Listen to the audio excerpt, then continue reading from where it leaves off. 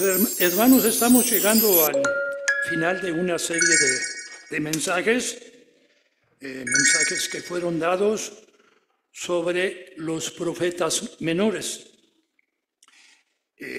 Y ahora llegamos al último de ellos, que es el profeta Malaquías. Y el profeta Malaquías cierra un ciclo tanto de mensajes de estos profetas menores, como también un ciclo en la comunicación verbal, la comunión presencial de Dios a su pueblo. Y van a pasar aproximadamente 400 años en los cuales pareciera que hay un silencio de parte de Dios. Y si nosotros lo llevamos a nosotros como personas, pues vamos a considerar, si viéramos a alguien y que supiéramos, vamos a suponer a nuestros hijos o a nuestros nietos, y van a estar en otro lugar y por muchos meses, años, quizá décadas no los vamos a ver, pues quisiéramos decirles algo sabiendo eso, ¿verdad? Quisiéramos tal vez, pues no solamente despedirnos, sino quizá reprenderlos o amonestarlos o a decirle en qué cosas andan mal. Y tal vez también no solamente hiciéramos eso, sino también quisiéramos animarlos y entonces darles alguna esperanza, hacerles alguna promesa.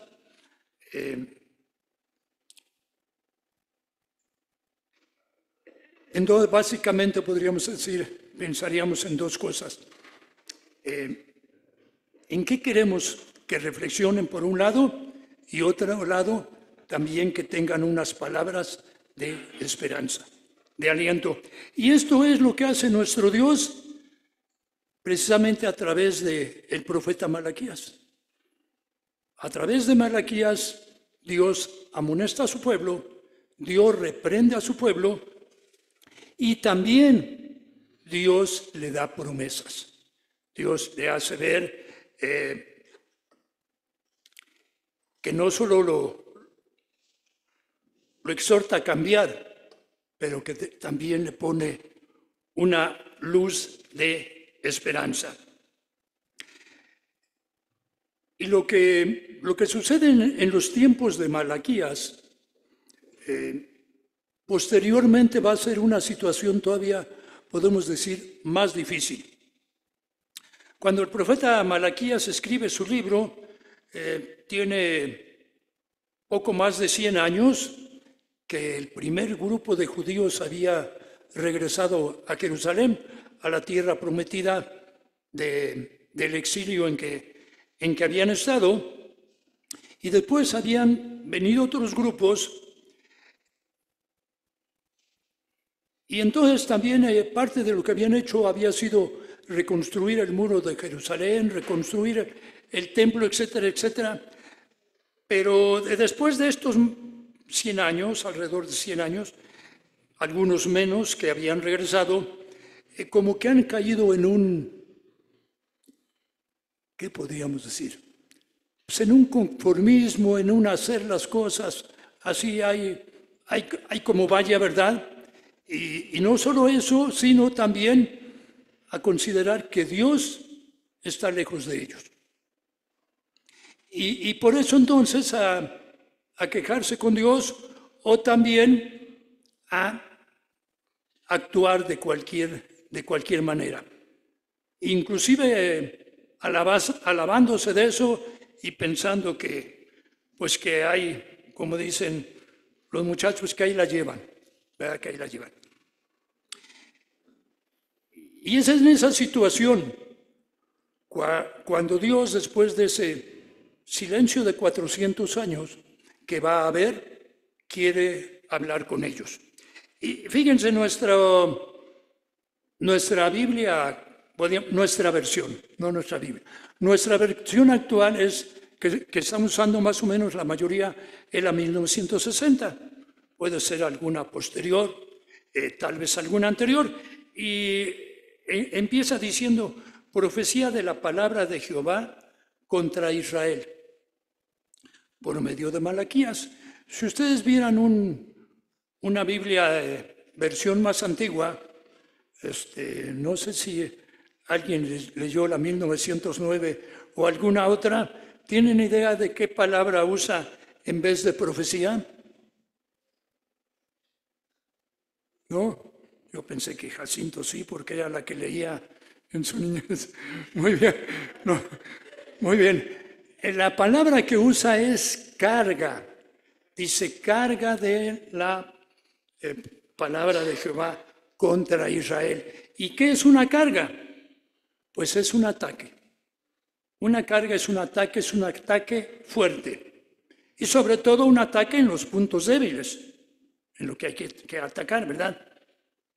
Yo no sé si, bueno, ustedes no, yo la vi de niño, creo, una película que se llama La carga de los, que ya no sé si eran 400 o 600, la carga de los 400 dragones o de los 600 dragones. Y entonces era un ataque muy fuerte contra un poderoso enemigo, pero que ellos estaban preparados y fueron con todo, ¿verdad? A pesar de que eran menos y fueron con todo. Bueno, aquí entonces la carga del Señor contra Israel. Una carga es contra alguien. ¿Y en qué viene entonces esta carga? Bueno, hay 4 o 5 cosas que Dios quiere que su pueblo sepa que están haciendo y que le desagrada a Dios. Y no solamente eso, sino que están haciendo y que está en contra de lo que Dios demanda. Ahora, esto fue escrito en el Antiguo Testamento. ¿Hace como cuántos años fue escrito esto del profeta Ageo? ¿Hace como cuánto? ¿Con cuánto? Pues como 24 siglos, hermanos. Porque recuerden que les acabo de decir que fueron 400 años de silencio. Quiere decir 400 años antes de la venida de Cristo. Si han transcurrido 20 siglos, 2000 años más 4 siglos, pues hace 24 siglos, hace 2400 años fue escrito esto. Y entonces nosotros podríamos pensar y podríamos decir, oye José Antonio, pero ¿sabes qué? Esto fue escrito para aquellos tiempos. Pero el hecho es, hermanos, que esto podríamos trasladarlo a nuestros tiempos. Podríamos trasladarlo a nuestros tiempos. Y ya si vamos al pasaje, Malaquías 1:2. 1:2, hay ahí una queja del pueblo contra Dios, una queja regular y constante. Y entonces nuestro Dios empieza a tratar esa queja, pero con una pregunta, con una afirmación que él hace. Y entonces esto da lugar a un diálogo. Dios dice algo. Si nosotros pensáramos en un estudio inductivo de la Biblia, podríamos decir, aquí en Malaquías, entre las palabras claves está, dice, decís, etcétera, etcétera, ¿verdad? Digo, los versículos 1 y 2 nos trae el primer asunto. El primer asunto que Dios le rechaza a su pueblo. Si lo quieren leer los de mi lado izquierdo, por favor, Malaquías 1 y 2.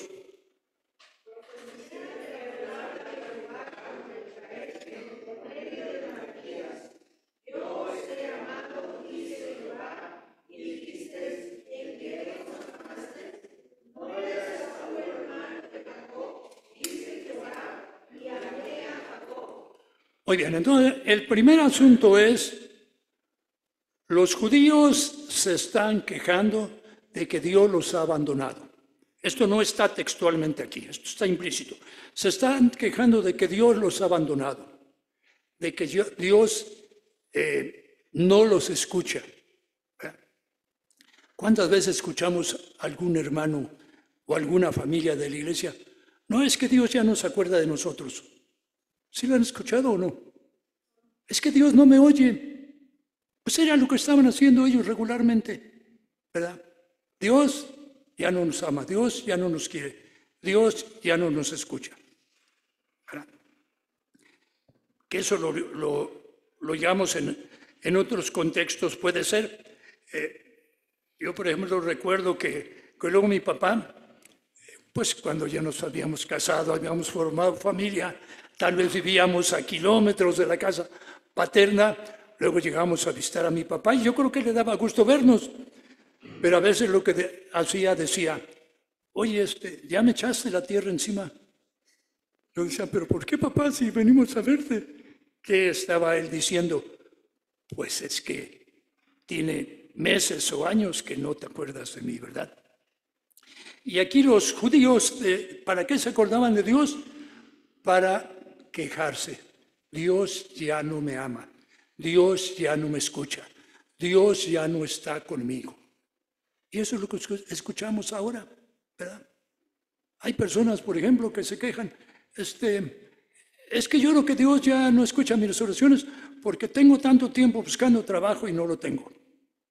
Y no se fija en algunas otras cosas. Luego pensamos también, pues Dios tiene la obligación de amarme. Algunos dicen, Dios nos ama a todos, todos somos hijos de Dios. Eso no es cierto. Y entonces dice el Señor, yo los he amado, yo los he amado. Pero no solamente eso, en su palabra dice claramente que el Señor no cambia. ¿Qué quiere decir esto? Que si Dios me amó, Dios ahora ¿qué? Me ama. Dios me amó, Dios me ama, y dentro de 5 años, ¿qué va a pasar? Dios me amará, Dios me seguirá amando. Esté yo en la situación que esté, Dios me ama, Dios no cambia. Entonces dice el Señor, yo les he amado, y en cambio ustedes se quejan todo el tiempo de que no los amo, etcétera, etcétera. Y entonces ellos dicen, ¿en qué nos amaste? ¿En qué nos amaste? ¿Cómo sabemos que nos amas? Y entonces el Señor da un ejemplo, que este es un ejemplo que podríamos decir es de nuestra vida diaria, hermanos, es de nuestra vida diaria. Si nos vamos antes de Jacob y Esaú, encontramos que Abraham vive en una nación donde cada quien vive su vida y demás, y tiene su familia. Y entonces Dios ama a Abraham. Bueno, lo ha amado siempre, ¿verdad? Pero Dios lo ama y manifiesta su amor, y entonces llama a Abraham y le dice sal. Luego Abraham forma una familia y demás, y entonces tiene Abraham 2 hijos, a uno Dios lo deja, a otro Dios lo ama, Isaac. Y luego a su vez Isaac tiene 2 hijos, además cuates, nacieron en la misma fecha, ¿verdad?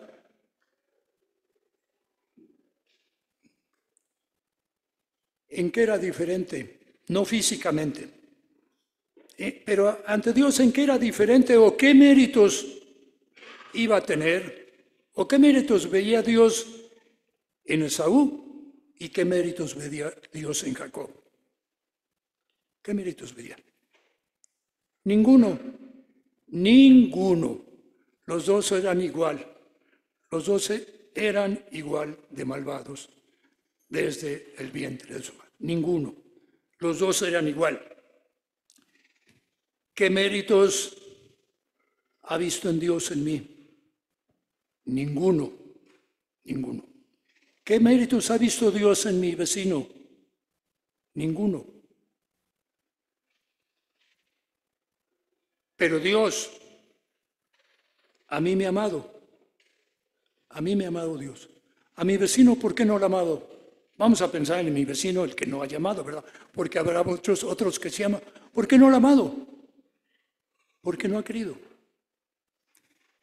¿Me quejaré yo de que Dios no me ama porque me suceden algunas cosas? ¿Me quejaré yo de que Dios no me ama porque mi hermano no ha creído en Cristo? No, ¿verdad? Dios me ama porque quiso amarme. Entonces dice, te amé y tú en cambio te quejas. Pones obstáculos y dices, Dios no me ama. Esta es la primera queja del Señor, ¿verdad? Incluso Dios me ama sabiendo que soy pecador. Y no solo eso, sabiendo que soy pecador, Dios envía a Jesucristo. Romanos 5:8, ¿cómo dice, hermanos? Ya se lo saben de memoria aquí, así que lo pueden decir. Si no, búsquenlo en la Biblia y díganlo en voz alta. Romanos 5:8. Muy bien. Mas Dios muestra su amor ¿para quién? Con nosotros, con la iglesia, conmigo, con los que estamos aquí reunidos y creemos en Cristo. Dios muestra su amor con nosotros. No porque ahorita yo no ande sin trabajo, Dios no muestra su amor. Dios lo muestra sobre todo en que siendo aún pecador, que no merecía nada, la condenación eterna, Cristo murió por nosotros, Cristo murió por mí. Dios me ama y que por eso Cristo murió por mí. Entonces, esto que hacían los judíos, lo seguimos haciendo. Reprochamos a Dios el que no nos ama. Luego vamos al mismo capítulo número 6. Al mismo capítulo número 1, versículos 6. Versículos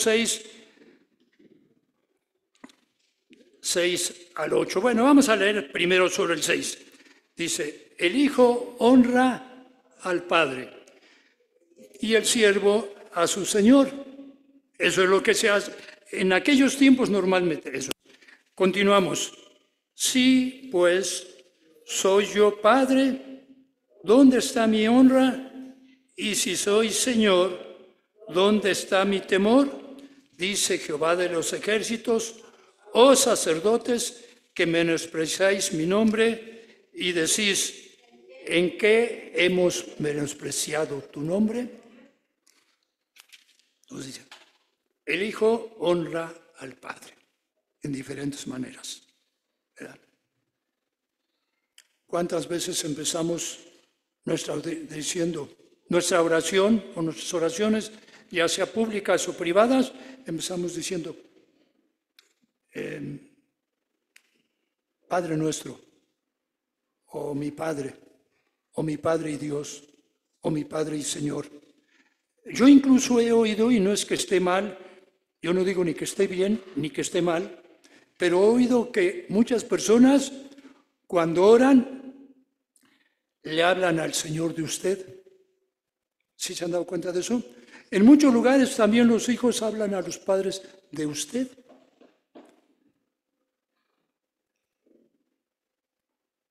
Eso es señal de respeto. Hablar de usted era señal de respeto. Ahora, puede haber hijos que hablen a sus padres de usted, pero les dicen cada cosita.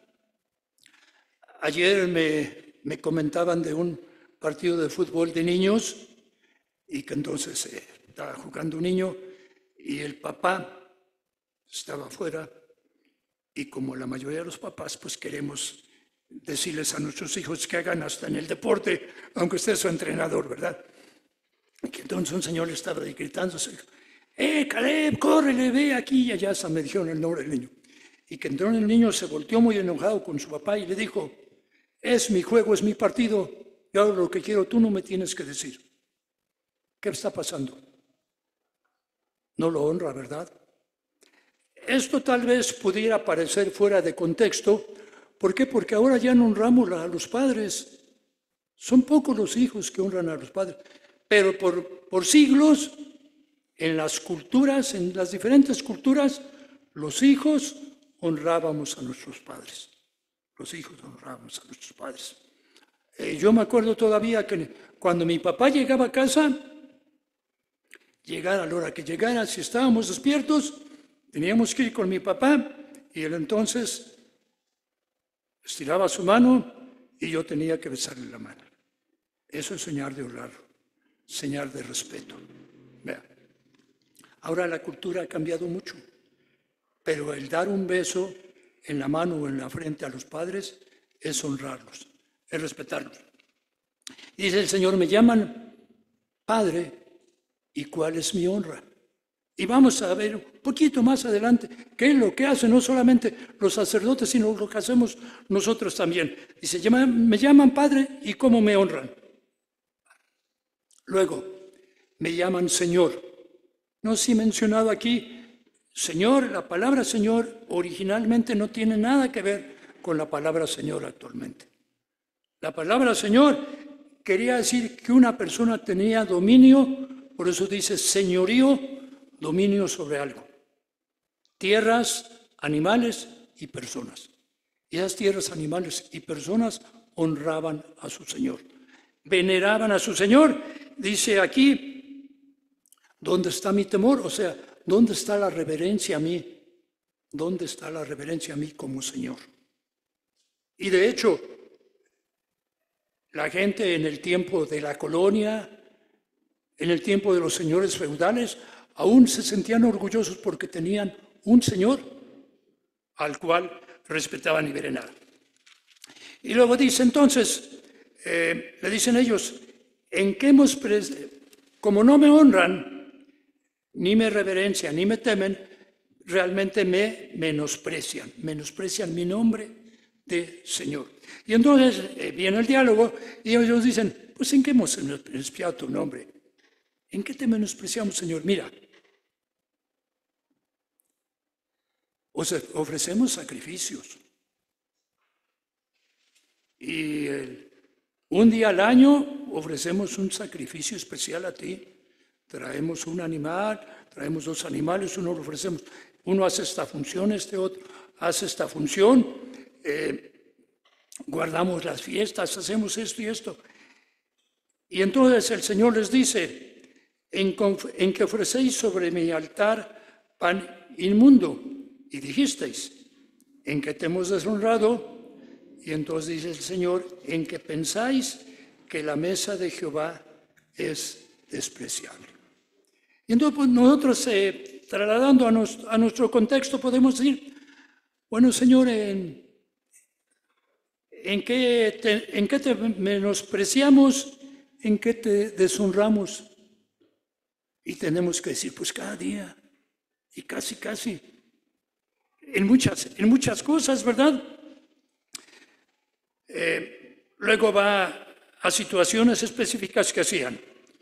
Dice, y cuando ofrecéis el animal ciego para el sacrificio, ¿no es malo? Asimismo, cuando metéis el cojo o el enfermo, ¿no es malo? Preséntalo pues a tu príncipe. Sería, preséntalo al señor feudal. ¿Acaso se va a agradar? Pues ni se atrevían, ¿verdad? Le entregaban lo mejor. Le entregaban lo mejor. Nosotros a veces hacemos regalitos, ¿verdad? Sí, o no hacemos regalitos a veces. Y a veces hacemos regalotes. Tratándose de la persona decimos, no, tenemos que comprarle algo así, muy bueno y demás. Y hasta lo envolvemos con una envoltura bonita y todo, ¿verdad? Lo estamos dando a alguien importante. Pues aquí los sacrificios que pedía Dios era de lo mejor, de lo mejor. ¿Se acuerdan lo que pasó en el primer asesinato? ¿Qué pasó en el primer asesinato?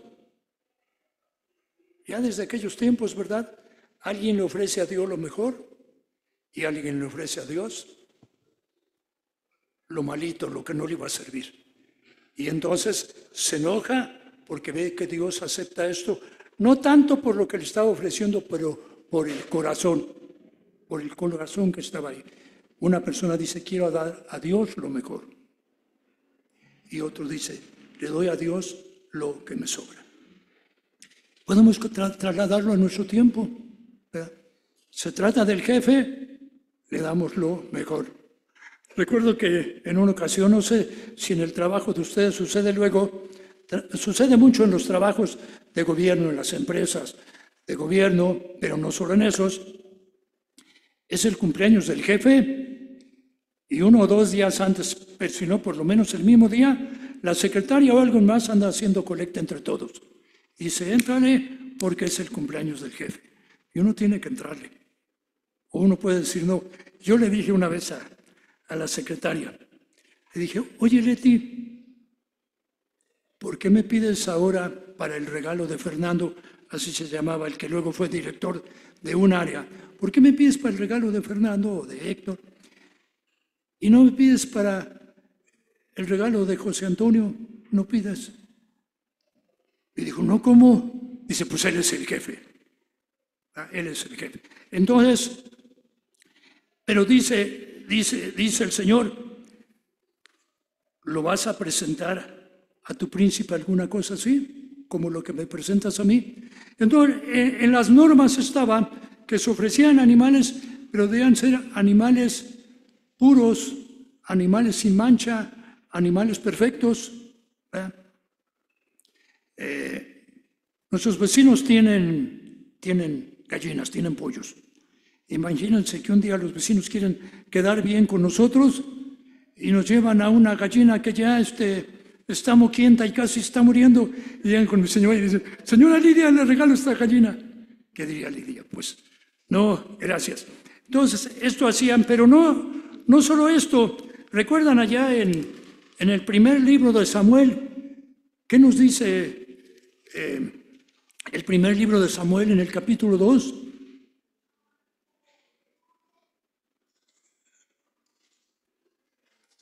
Bueno, lo que dice ahí en el primer libro de Samuel, capítulo número 2, dice que Elí, que Elí era el sacerdote y que Elí tenía 2 hijos que eran unos pillos. Y entonces, cuando se hacía el sacrificio, debía quemarse con la grosura y demás, pero van estos hijos de Elí, que eran 2 malvados, dice en 1 de Samuel 2:13, y era costumbre de los sacerdotes con el pueblo que cuando alguno ofrecía sacrificio, venía el criado del sacerdote mientras se cocía la carne, trayendo en su mano un garfio de 3 dientes y lo metía en el perol, en la olla, en el caldero, en la marmita, y todo lo que sacaba el garfio, el sacerdote lo tomaba para sí. De esta manera hacían con todo israelita que venía a Silo.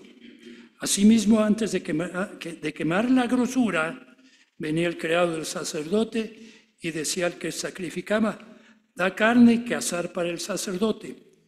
Si el hombre le respondía, quemen la grosura primero, después toma tanto como quieras, él respondía, no, primero dánosla a nosotros. O sea, lo que correspondía al sacrificio, ellos lo tomaban. Bueno, hermanos, hay lugares donde los oficiales de la iglesia toman lo que es de Dios primero y ya luego, pues, a ver qué pasa. Ahora, nosotros, actualmente, todo el pueblo de Dios somos sacerdotes, todos hacemos sacrificios, ¿o no? Dice más adelante el Señor en el versículo 11 de Malaquías 1, porque desde donde nace el sol hasta donde se pone, es grande mi nombre entre las naciones, y en todo lugar se ofrece a mi nombre incienso y ofrenda limpia, porque grande es mi nombre entre las naciones. Lo que está aquí reprochando el Señor es que los no judíos honraban más a Dios que los propios judíos. Bueno, y sigue diciendo algunas cosas sobre esto, sobre el servicio, sobre las ofrendas. Luego va el Señor a reprochar otra cosa, y es otro que va a reprochar, lo usa en 2 aspectos, en la relación con Dios y en la relación de nosotros como seres humanos entre nosotros. Y lo que está usando es la cuestión de que el pueblo se ha vuelto idólatra. Se olvida de Dios, honra a los ídolos, pero no solamente eso, sino los hijos de Dios se casaban con las mujeres de otros pueblos. Y no solamente eso, sino había lo que ahora predomina en los matrimonios.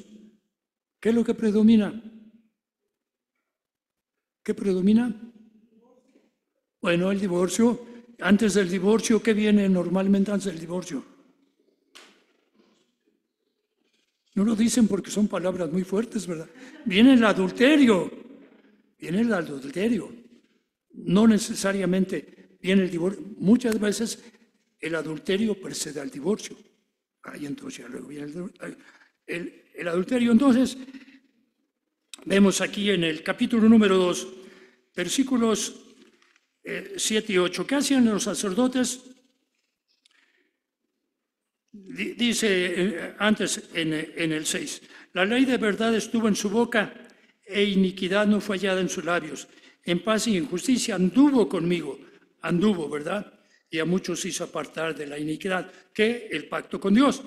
Luego dice, porque los labios del sacerdote han de guardar la sabiduría y de su boca el pueblo buscará la ley, porque mensajero es de Jehová de los ejércitos.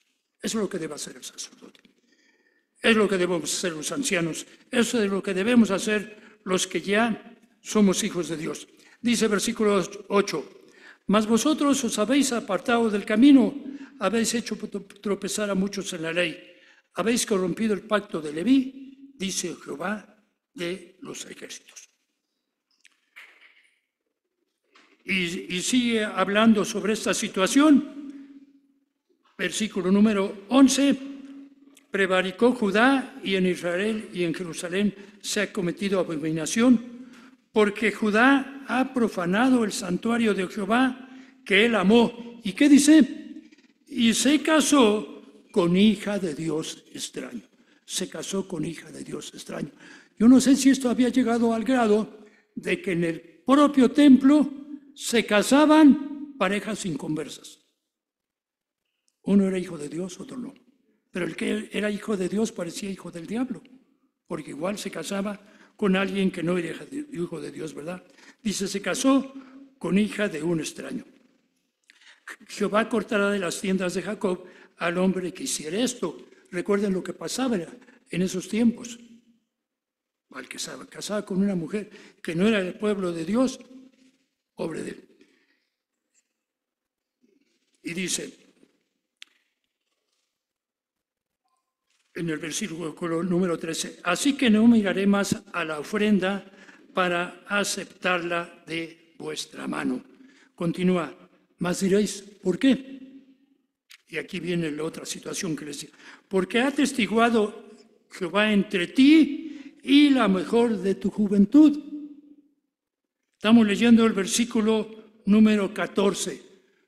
Porque ha atestiguado el Señor contra ti, entre ti y la mujer de tu juventud. ¿Y qué dice a continuación? Contra la cual has sido leal. ¿Cuál es la forma que yo sea de leal a mi esposa? ¿Cuál es? El adulterio. El adulterio físico o de palabra o de pensamiento, de deseo, los deseos. Ese es el adulterio. Dice, contra la cual has sido leal, siendo ella tu compañera y la mujer de tu pacto. ¿No hizo el uno habiendo en él abundancia de espíritu? ¿Y por qué uno? Porque busca una descendencia para Dios. Fíjense qué actual es esto que está tratando. ¿Hace cuántos siglos el Señor? Hace 24 siglos, hace 2400. Y esto es actual, ¿verdad? Esto es actual. El Señor sigue buscando descendencia para Él, hijos de Dios, ¿verdad? Y la iglesia, las familias, seguimos siendo desleales a Dios. Esta es otra cosa de la que se arrepentirse. Ya vimos, nos quejamos de que Dios no nos ama ni nos oye, etcétera, etcétera. En el servicio a Dios fallamos, nuestras ofrendas también, permitimos el adulterio y muchas veces lo cometemos. Y luego vamos al capítulo número 3. Bueno, en cuanto a ofrenda y el servicio, podríamos mencionar muchas otras cosas en que despreciamos el servicio a Dios. Ejemplo, yo no sé si el hermano Vidales le tocó vivir eso en San Pablo, pero luego había 2 grupos musicales y había uno de ellos que terminando de tocar, ¿qué pasaba? Se iban atrás y muchas veces salían del culto. ¿Por qué? Porque ya habían tocado. Para ellos eso era lo importante. No era el servicio a Dios, no era el honrar a Dios, era que ellos tocaran. Y después, bien, gracias, y se salían. ¿No es eso despreciar el culto? ¿Sí? En muchas iglesias pentecostales, por ejemplo, yo me he dado cuenta, la gente llega antes, no 2 minutos antes ni 3, llega antes 10 o 15 minutos. ¿Y qué hacen? No estoy diciendo que en todas. ¿Y qué hacen? Van al altar a orar. Lo que traigan de carga lo van a dejar allí, o van a pedirle perdón a Dios, o van a disponerse para estar en comunión y oír el mensaje. Y yo creo que de las iglesias presbiterianas que luego visito, o de las que conozco, o la mía propia, yo creo que ni el 25% de los que asisten al culto, ni el 25% llegan a tiempo. ¿No es despreciar? Es despreciar la palabra de Dios. Podría haber muchísimas otras cosas, ¿sí? Bueno, luego en el capítulo número 3, versículo número 7, dice el Señor: desde los días de vuestros padres os habéis apartado de mis leyes y no las guardasteis. Dice el Señor: volveos a mí y yo me volveré a vosotros, ha dicho Jehová de los ejércitos. Mas dijisteis: ¿en qué hemos de volvernos? ¿En qué hemos de volvernos? Sigue el diálogo, ¿se dan cuenta? Esta es una forma muy didáctica de que Dios nos enseña. Yo te pregunto algo, te digo algo, tú entonces tienes que contestarme. Y entonces ya yo te digo cómo lo estás entendiendo mal, ¿verdad? Y entonces dicen ellos: pues ¿en qué hemos de volvernos? Y dice el Señor: ¿robará el hombre a Dios? Y luego afirma: pues vosotros me habéis robado. Y entonces dicen ellos: ¿en qué te hemos robado? Y entonces ya el Señor les dice: en vuestros diezmos y en vuestras ofrendas. En vuestros diezmos y en vuestras ofrendas. ¿Cuántas personas hay, por ejemplo, que piensan? Yo creo que lo hay en todas las iglesias. Espero que en esta no, estoy seguro que en esta no.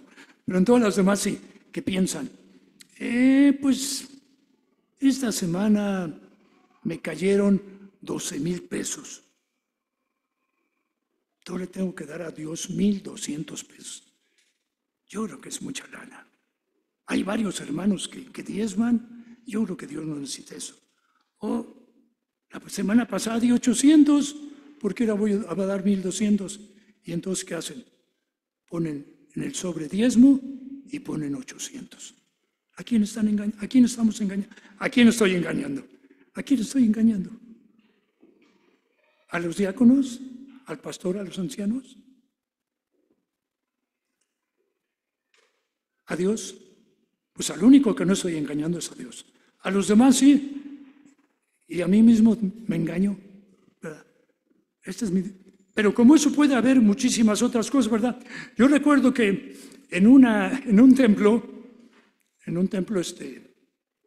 hay muchos templos, yo no sé si este es de esos o no, pero hay templos en los cuales a fin de año dan una cajita con 10 sobres. No sé si lo hayan hecho aquí alguna vez. Con 10 sobres, pues, para que los hermanos que reciban la cajita el domingo lleguen y ahí pongan su diezmo. Entonces ya saben los diáconos, los sobres son diezmos, todo lo demás es ofrenda, normalmente. Y entonces supe en un templo, dejó de ser pastor un pastor, se fue de allí, y entonces llegaron los diáconos y el equipo de limpieza y empezaron a hacer limpieza. ¿Y qué van encontrando? Los sobrecitos y aún cajitas de diezmo, la cajita le ponían el nombre de la persona, pues la cajita del diezmo con el nombre del pastor, con todos los sobres ahí. Jamás los había utilizado. Y yo comienzo, como un pastor puede promover el diezmo si él mismo jamás usó los sobres, ¿verdad? O un anciano, un tesorero, lo que sea. Pero hay muchas cosas, y entonces dice el Señor, pues vosotros me habéis robado. Y ya luego les dice el Señor una serie de cosas. Entonces tenemos varias cosas, las cuales Dios, antes de esos 400 años de silencio, quiere mostrarle al pueblo cosas de las cuales se debe volver, se debe arrepentir.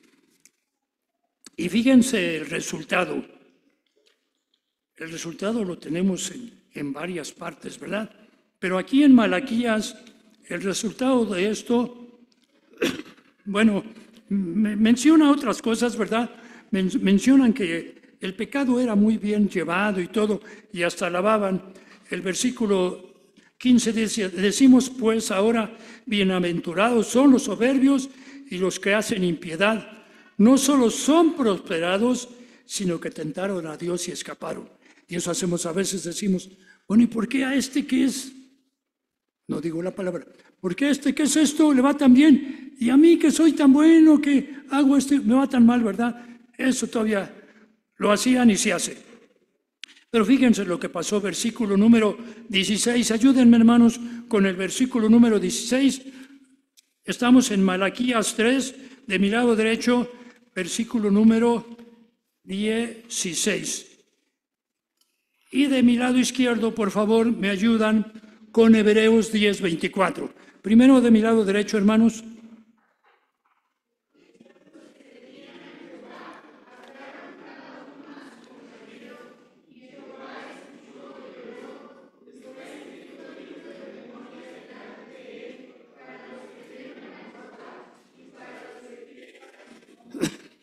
Allá.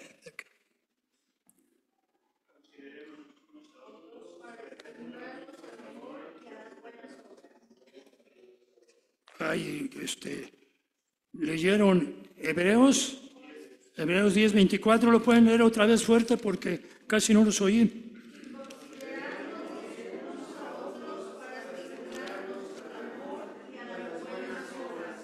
Sí, hicieron lo que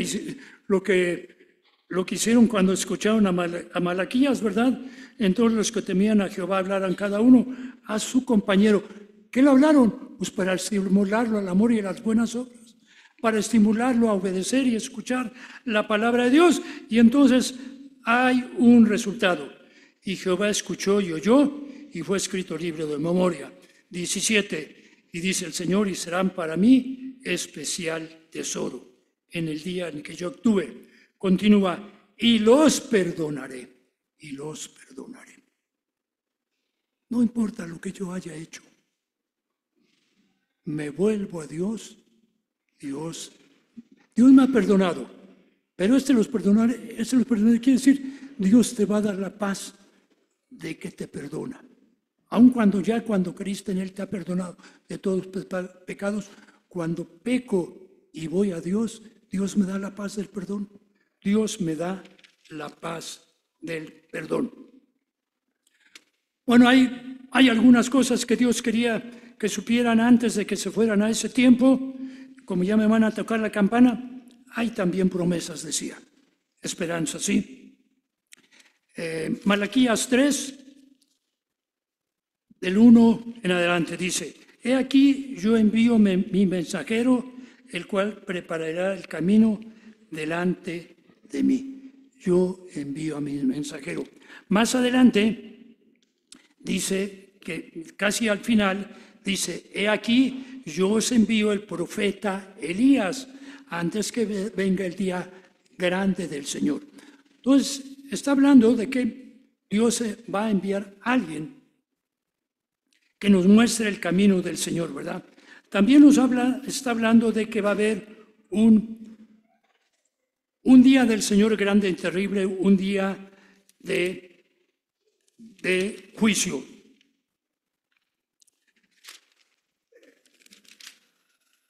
Leímos entonces ya Malaquías 3.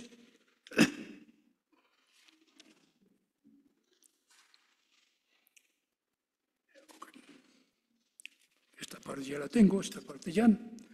Ok. Malaquías 3:6 dice, porque yo Jehová no cambio, por esto, hijos de Jacob, no habéis sido consumidos. ¿Por qué no nos ha pasado muchas cosas tremendas?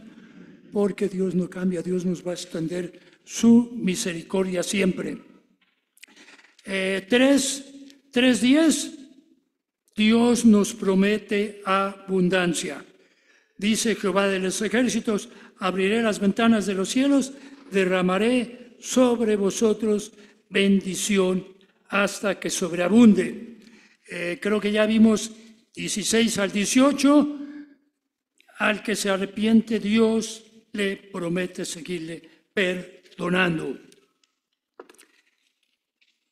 Finalmente, Dios promete un nuevo día, un día diferente.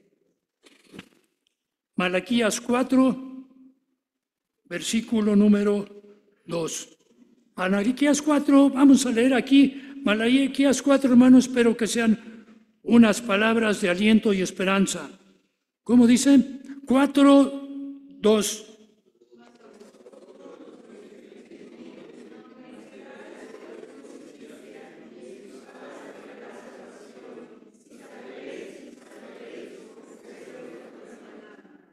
Muy bien, gracias.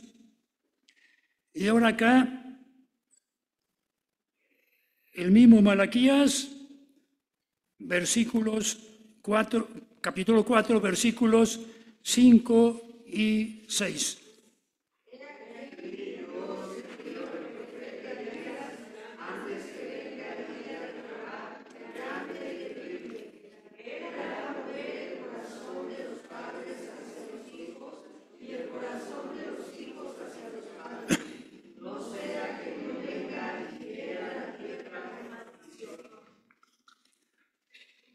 Dice entonces, palabras de esperanza, ¿verdad?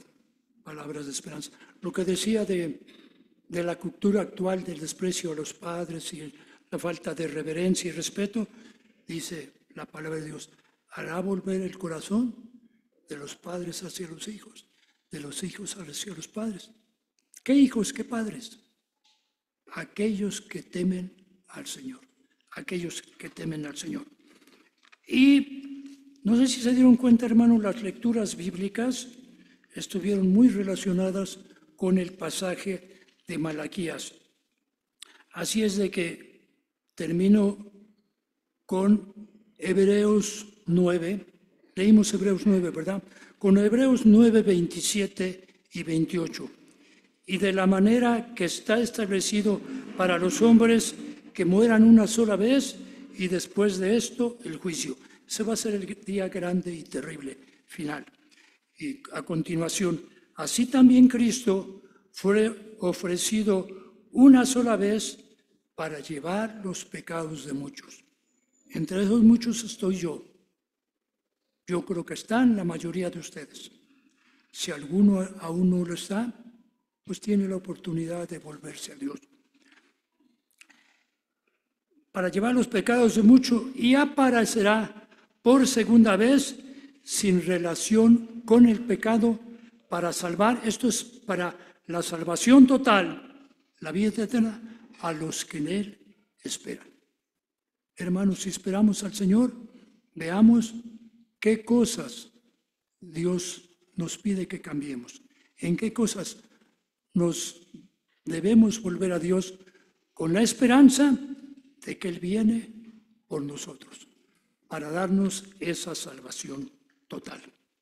Nuestro Dios, te agradecemos por tu palabra, Señor. Te agradecemos porque continuamente encontramos pasajes en los que vemos que tú quieres que en algún aspecto de nuestra vida, de nuestra adoración a ti, de nuestra comunión contigo, de el trato a nuestro cónyuge, del trato a nuestros hijos, del trato a nuestros hermanos, del respeto a tu nombre, del respeto a tu casa, Señor. En algunas cosas tú quieres que cambiemos. Y, Señor, también te agradecemos que nos das esa esperanza de una salvación total, en la cual, Señora, tú serás nuestro único consuelo, nuestra única fortaleza, nuestro único refugio. Eso tanto ahora que estamos en esta vida, como, Señor, cuando nos llames para estar contigo. Bendito seas, Señor. Te honramos, te alabamos, te glorificamos. Gracias por tu Hijo Jesucristo. En su nombre oramos. Amén.